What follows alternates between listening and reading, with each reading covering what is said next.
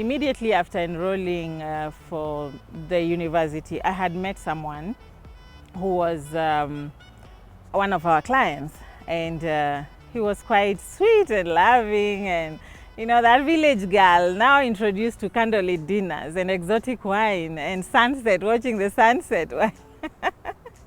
So I don't know, I just fell in love with him, and within a short time we were head over heels, going places, spending too much time together. But he couldn't be my guy because he was married. And I can remember fighting the urge of being with him, and every time I push away, there was always a reason for coming back. And okay, let's sit down. And I remember one time he told me, we had parted ways. I had said, enough is enough, you're married, go, pay attention to your marriage and all that. But he came to my office with flight tickets and hotel bookings in a beach hotel in Mombasa. And who am I? I've never been in a flight. So I said, well, I know him, so it's not like something new that I'm going to do.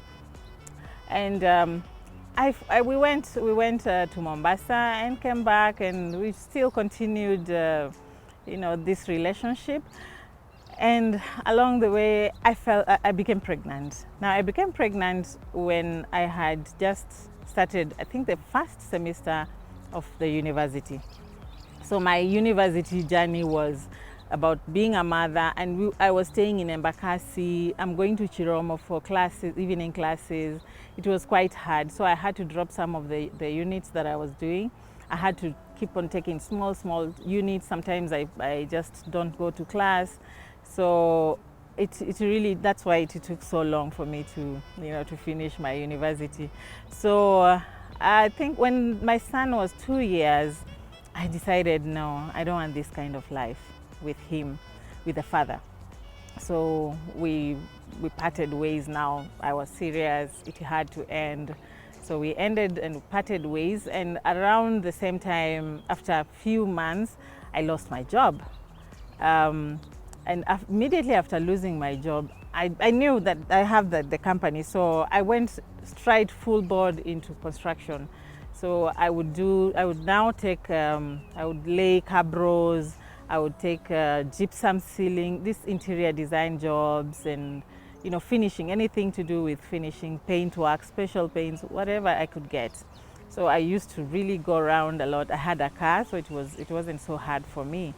So now I was doing well, and I think after, when you're bringing up a child as a single mother, there are the challenges that the child gives you.